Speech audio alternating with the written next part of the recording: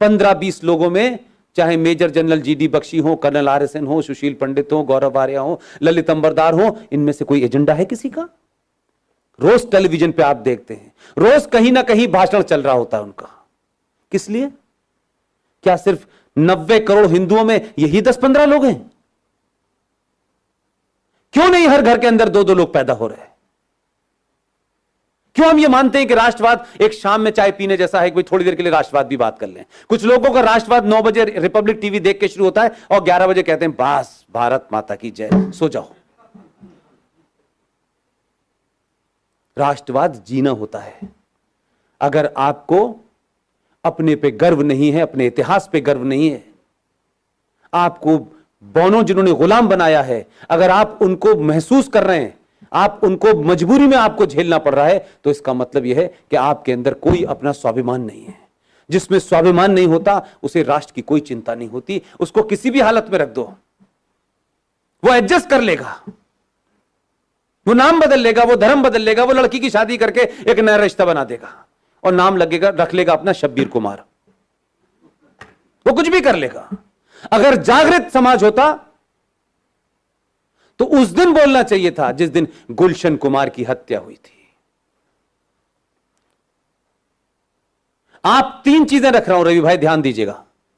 इस देश की प्राइमरी एजुकेशन को हमने क्रिश्चियंस के हाथों सौंप दिया है, राइट? इस देश के इतिहास को हमने 70 सालों में कम्युनिस्टों के हाथों में सौंप दिया था।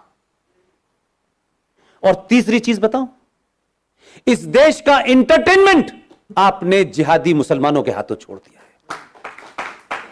आपकी तीनों चीजें आपके पास नहीं है, इसलिए गुलशन कुमार की हत्या हुई, आप समझे ही नहीं कि उसका क्या मसला था। गुलशन कुमार की हत्या भारत की एंटरटेनमेंट इंडस्ट्री के अंदर भजन, कीर्तन और मंदिर को बाहर कर दिया उसने। और अब मौला रे मौला होता है, लड़की हिंदू घर की होती है, लड़का मुसलमान घर का होता है। हर फिल्म में बताया जाता है इस्लाम कितना अच्छा है, हर फिल्म में बताया जाता है कि मुसलमान कितना अच्छा होता है। आपकी नई जनरेशन इसी चक्कर में गफलत में है। ना आपने खुद इतिहास लिखा है, ना प्राइमरी एजुकेशन आपके पास है, ना ही इंटरटेनमेंट का कोई नैरेटिव आपके पास है। इसलिए दिवाली पे सलमान की पिक्चर रिलीज होगी, ईद पे शाहरुख की होगी और क्रिसमस पे आमिर खान की होगी। आपकी फिल्म कहां बन रही है, कैसे बन रही है, पता नहीं है। हम अपने आइकॉन नहीं ढूंढते।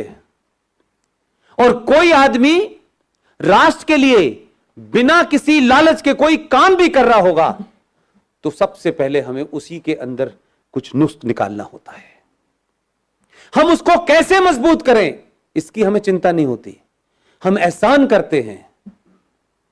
हमारे दोस्त, बड़े अजीज, बेहतरीन इंसान विवेक अग्निहोत्री ने फिल्म बनाई ताशकंद फाइल। आपको कुछ कुछ चीजों का अंदाजा है? इस बार के एक बड़ा अवार्ड मिलता है,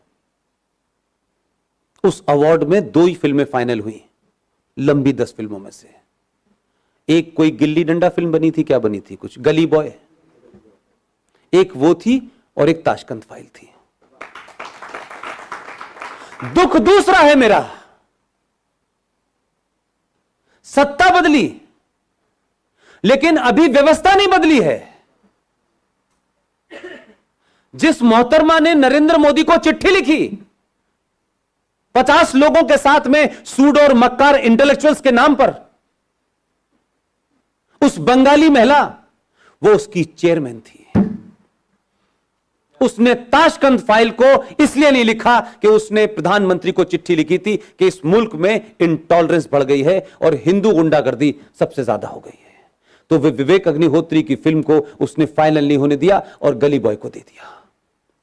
कहां कहां लोग बैठे हुए हैं जो अपने एजेंडे को चला रहे हैं, लेकिन मैं पूछता हूं आपने कहां देखी? सर हमने मोबाइल पे देखी। अरे मेरे भोले लोगों, ताशकंद फाइल को पिक्चर हॉल में देखने जाते तो उसके 2 रुपए विवेक अग्निहोत्री को मिलते हैं। विवेक अग्निहोत्री जैसे लोग बड़ी मुश्किल में तो हैं, लेकिन हम उनको इनडायरेक्ट भी ताकत नहीं दे सकते। वो किन किन से लड़ रहा है, किन हालात में बना रहा है, और उसके बावजूद डिस्क्रिमिनेट करने वाली ताकतें उसका डिस्क्रिमिनेशन कर रही हैं। लेकिन 90 करोड़ में से 10 करोड़ लोग तय कर लेते कि इसकी फिल्म देखने जाएंगे, क्या फर्क पड़ता है यार, हमारा नॉलेज ही बढ़ जाएगा, वो ओरिजिनल डॉक्यूमेंट ही देखने को मिल जाएंगे, क्या फर्क पड़ रहा है। एक बार तय कर लेते। वो अब कश्मीर फाइल बना रहे हैं। कैसे बना रहे हैं मैं जानता हूं। जरूरी नहीं है कि हर चीज का ढंडोरा पीटा जाए ढम ढम करके तभी होगा। दूसरी ताकतें इतना मजबूत करती हैं उनको कि पैसा वहीं बट रहा है पूरे उसमें। पूरी फिल्म इंडस्ट्री 2 हिस्सों में खड़ी हुई है, लेकिन जो आपके साथ है वो ताकत में नहीं है। वहां काम उसी को मिलेगा जब उस एजेंडे वाले के पास जाएंगे। 272 स्क्रिप्ट राइटर हैं, उन्हीं से लिखवानी है आपको फिल्म, पैसा घुमा के वहीं जाना है, क्योंकि वो एक मिशन मोड में है, आप फैशन के मोड में हैं। हम अपनी कमियों को समझें। हमसे जो 1000 साल पहले भूल हुई थी मैं नहीं जानता क्या थी, लेकिन लगता है मुझे आज के दौर को देख करके कि कुछ भी नहीं होता, हिस्ट्री रिपीट हो रही है। लेकिन मैं इस बात से खुश हूं कि हम इस हिस्ट्री को रिपीट नहीं होने देंगे। आप सब लोगों ने मेरी बातचीत सुनी। मैं बहुत कुछ ऐसी बात जरूर कहता हूं कि आपको तल्ख लग सकती है, लेकिन यकीन मानिए अगर मलेरिया हो गया है तो दवाई कड़वी आपको खानी पड़ेगी, और अगर कैंसर है और कुछ लोग ये कहें कि नहीं नहीं नहीं तुम्हारे सर में दर्द हो रहा है, तो आप यकीन मानिए कि वो आपका दुश्मन है। कैंसर को कैंसर कहना सीखिए। अपने अंदर से कुंठा और इंफिनिटी कॉम्प्लेक्स को समाप्त कीजिए। आप गुलामों के गुलामों की जनरेशन नहीं है। आपका एक कालखंड आया है, बड़ी बड़ी अमेरिका भी बहुत पहले गुलाम था, सब गुलाम होते हैं। हमारा वो दौर निकल गया, ये पहले यहां से गुलामी निकाली है। जिस दिन आप ये निकालेंगे, मुझे पूरी उम्मीद है अगले 500 साल तक 2019 रिपीट होता रहेगा। बहुत बहुत शुक्रिया, थैंक यू वेरी मच।